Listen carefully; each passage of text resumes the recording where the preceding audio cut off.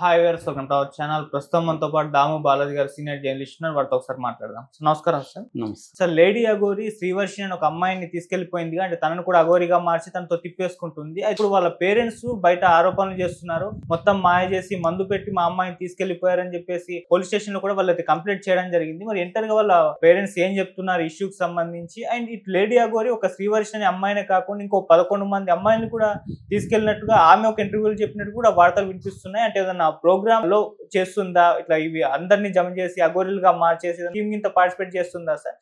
ఏం చెప్తారు సార్ దీనికి సంబంధించి మీరు?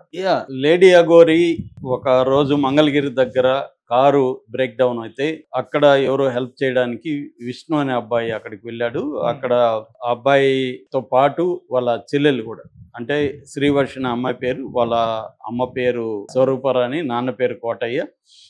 ఇంకొక అంటే ఈ విష్ణు ఏమో పెంపుడు బ్రదరు, తర్వాత ఓన్ బ్రదర్ ఏమో శ్రీహర్ష. సో వీళ్ళది ఫ్యామిలీ.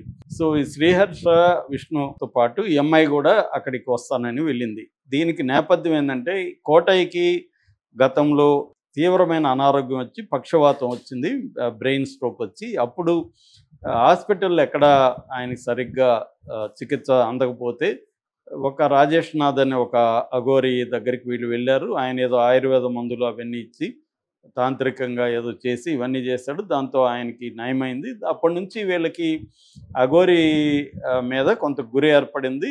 ముఖ్యంగా ఈ అమ్మాయికి ఏంటంటే, ఈ అమ్మాయి శ్రీవర్షిని ఆల్రెడీ ఒక ఛానల్లో ఫ్రీలాన్స్ యాంకర్గా చేసింది, సినిమాల్లో కూడా చిన్న చిన్న సినిమాల్లో చేసింది, రీల్స్ రెగ్యులర్ చేస్తుంది. ఆ అమ్మాయి కొంత పబ్లిసిటీ, కొంత యాస్పిరేషనల్ ఇవి ఉన్నాయన్నమాట. ఎవరికి అమ్మాయి చూడడానికి కూడా బాగుంది. సో అందువల్ల అమ్మాయి బీటెక్ సెకండ్ ఇయర్ చదువుతున్న 23 ఏళ్ళ అమ్మాయి, కానీ తనకి సినిమాల్లోనూ లేకపోతే పాపులర్ కావాలి ఇవన్నీ కూడా అమ్మాయికి ఉంది.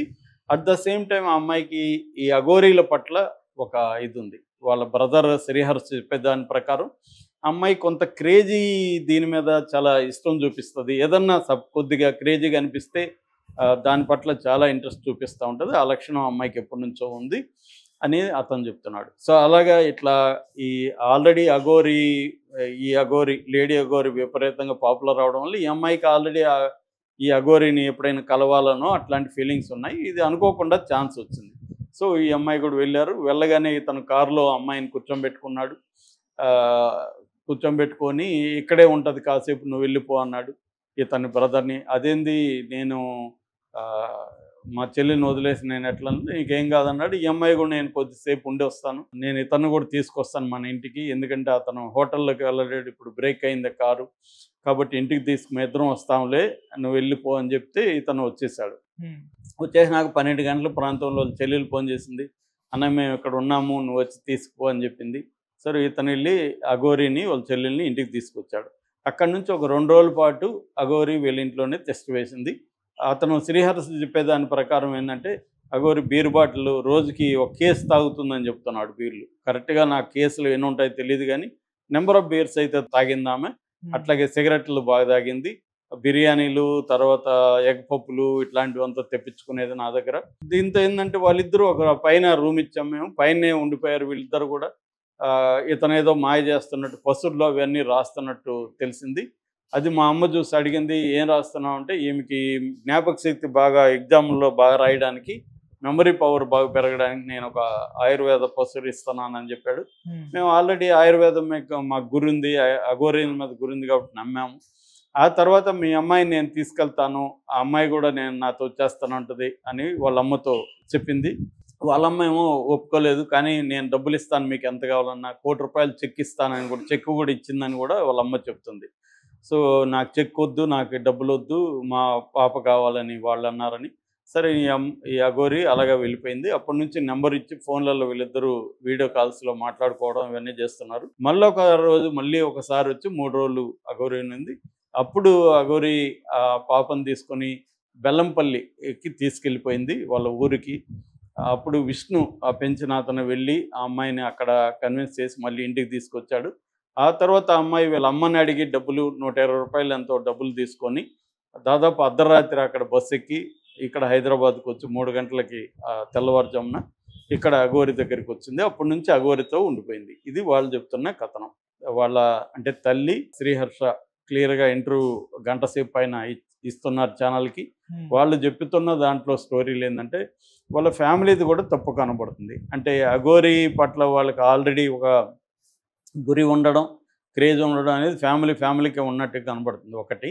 రెండోది అఘోరీ బాగా లావిష్గా డబ్బులు ఖర్చు పెట్టి వీళ్ళకి బిర్యానీలు ఇంటిల్లు 10 బిర్యానీలు తెప్పించడం, మిగతా ఏవి కావాలంటే డబ్బులు ఇవ్వడం. దీనివల్ల వాళ్ళకి ఈమె దగ్గర బాగా డబ్బులు ఉన్నాయి, వాళ్ళు ఏంటంటే కొద్దిగా కష్టాల్లో ఉన్నారు, ఫ్యామిలీ అంతా ఫైనాన్షియల్గా ఇబ్బందుల్లో ఉన్నారు, ఆ రకంగా హెల్ప్ అవుతుందని కూడా వాళ్ళు అనుకున్నట్టుగా అర్థమవుతుంది. ఆ యాంకర్ కూడా, ఇంటర్వ్యూ చేసిన యాంకర్ కూడా అదే అంటున్నాడు, మీరు డబ్బులకి ఆశపడి మీ అమ్మాయిని మీరే ఇండైరెక్ట్గా పంపించారు, ఇప్పుడు వచ్చి మీరు ఆరోపణలు చేస్తున్నాడు అంటే కూడా వాళ్ళు సైలెంట్గా ఉంటున్నారు. సో అంటే వాళ్ళని కొంత మభ్యపెట్టగలిగింది లేడీ అఘోరీ, డబ్బులు ఇచ్చో లేకపోతే ఇంకేదో హామీలు ఇచ్చో.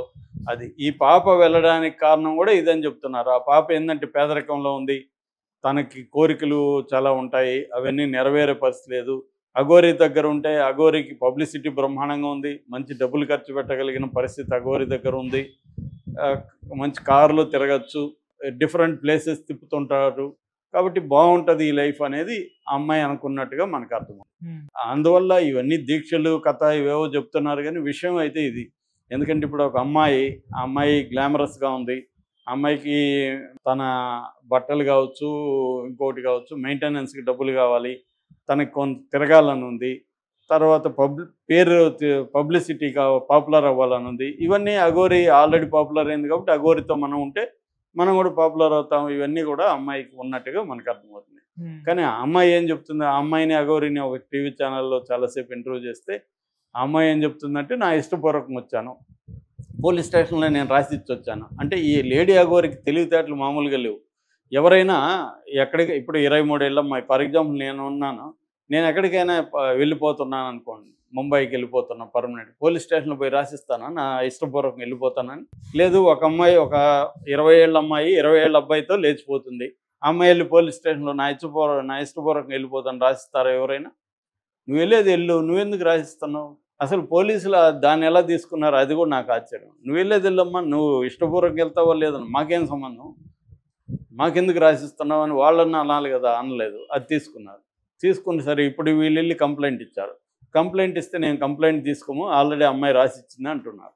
ఇష్టపూర్వకంగా రాసిచ్చినప్పుడు ఇష్టపూర్వకంగా కూడా ఏమన్నా ఇతను మభ్యపెట్టి ఉండొచ్చు, మాయ చేసి ఉండొచ్చు, పిలిపించి పంచాయతీ చేయాలి మామూలుగా పోలీసులు. అది చేయట్లే వాళ్ళు. అంటే అఘోరీ విషయంలో ముందు నుంచి కూడా పోలీసులు లీనియంట్గా ఉన్నారు. అందుకనే చాలామందికి డౌట్ ఏమంటే అఘోరీ వెనక రాజకీయ నాయకులు ఎవరో ఉన్నారు, వాళ్ళు పెద్ద ఎత్తున డబ్బులు ఇచ్చే అఘోరీని ఇలాగా దింపి చేస్తున్నారు, లేకపోతే ఒక మామూలు అబ్బాయి అతను అమ్మాయిగా సెక్సువల్ ట్రాన్స్మిషన్ సర్జరీ చేసుకొని ఈ డ్రామాలు ఆడుతుంటే ఎందుకు గమ్మునున్నారు? మామూలుగా అయితే కత్తులతో దాడి చేసినా ఏం చేసినా ఇతని మీద కేసులు లేవు, జైళ్ళల్లో పెట్టట్లేదు, ఏమీ లేదు. ఎవరి మీద దాడులు చేసి పోలీసులనే చితక్కొట్టిన సందర్భాలు ఉన్నాయి, కత్తులతో దాడి చేసిన సందర్భాలు ఉన్నాయి, పెట్రోల్ పోసి నేను ఆత్మహత్య చేసుకుంటానని బెదిరించిన సందర్భాలు ఉన్నాయి. ఇవన్నీ చేసి ఇప్పుడు ఈ అమ్మాయిని ఎత్తుకుపోయాడు. క్లియర్గా అర్థమవుతుంది ఆ అమ్మాయిని ఇతను ఎత్తుకుపోయాడంటే బలవంతం కాదు, కానీ ఆ అమ్మాయిని ఇతను మ్యానిపులేట్ అయితే చేసినట్టుగా ఇతని మీద ఆమెనే రాదు ఎందుకనో. సో లేడీ అఘోరీ మ్యానిపులేట్ చేసి తీసుకెళ్ళినట్టుగా క్లియర్గా అర్థమవుతుంది. ఆ అమ్మాయి అయితే ఇప్పుడు వాళ్ళ పేరెంట్స్ కూడా వాళ్ళని చూస్తేనే వాళ్ళు అంత ఫర్మ్గా ఒక విషయాన్ని డీల్ చేసే పరిస్థితి లేదు, కానీ ఏడుస్తున్నారు వాళ్ళు మేబీ అనుకోకపోయిండొచ్చు, మన అమ్మాయి వెళ్ళిపోతుందని అనుకోకపోయిండొచ్చు. ఎందుకంటే బీటెక్ సెకండ్ ఇయర్ చదువుతున్న ఒక అమ్మాయి వాళ్ళ ఇంట్లో వాళ్ళకి హెల్ప్ అయ్యే అవకాశం ఉంది, బీటెక్ చదివి నాకు జాబ్ వస్తుంది, బీటెక్ చదివించడం కూడా వాళ్ళకి ఎంతో ఖర్చు పెట్టి చదివించుంటారు. ఆ అబ్బాయి కూడా కొడుకు పెద్దగా జాబ్ చేసి వీళ్ళని పోషించే పరిస్థితిలో ఉన్నట్టు కనిపించట్లేదు.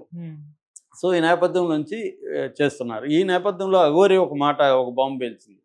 ఈ అమ్మాయి నేను దీక్ష ఇచ్చాను, లేడీ అఘోరీగా మారుస్తాను, మహిళల సమస్యల మీద మేము పోరాడతాం ఏదో చెప్తున్నారు. దీంతోపాటు నేను నేషనల్ వైడ్గా ఇంకొంత 11 మంది అమ్మాయిలు నా దగ్గర ఉన్నారు, ఇలాగే వచ్చేసి నేను అమ్మాయిలు ఎవరు వచ్చినా దీక్ష ఇచ్చి నా వెంట తిప్పుకుంటాను అని చెప్తున్నాడు. అసలు అఘోరీకే ఒక దగ్గర ఒక ప్లేస్ లేదు, ఒక ఏరియా లేదు. మరి ఈ అమ్మాయిలంతా తిప్పుకొని వీళ్ళకి ఏమన్నా అయితే అతను నేను ప్రాణం పెట్టి చేస్తాను అంటున్నాను. నీ ప్రాణం పెట్టి ఎలా చేస్తావు ఇంతమందికి? రేపు పొద్దున ఈ అమ్మాయికి ఏదైనా ప్రాబ్లం వచ్చింది, అఘోరీ బాధ్యత ఎలా వహిస్తుంది? సో ఇవన్నీ ప్రాబ్లమ్స్ అనమాట. సో దీన్ని డీల్ చేయడంలో పోలీసులు ఫెయిల్ అవుతున్నట్టు కనబడుతుంది. అందుకని కోటయ్య ఇప్పుడు పవన్ కళ్యాణ్ని కూడా అప్పీల్ చేస్తున్నాడు. సనాతన ధర్మం అంటున్నారు కదా సార్ మీరు, మీరు అమ్మాయిల మిస్సింగ్కి వ్యతిరేకంగా పోరాడతానన్నారు కదా, మా కూతురుని ఎత్తుకుపోయాడు అఘోరి, మీరు రక్షించండి అని చేస్తున్నాడు. పవన్ కళ్యాణ్ అసలు మాట్లాడు కదా ఇలాంటి విషయాల్లో.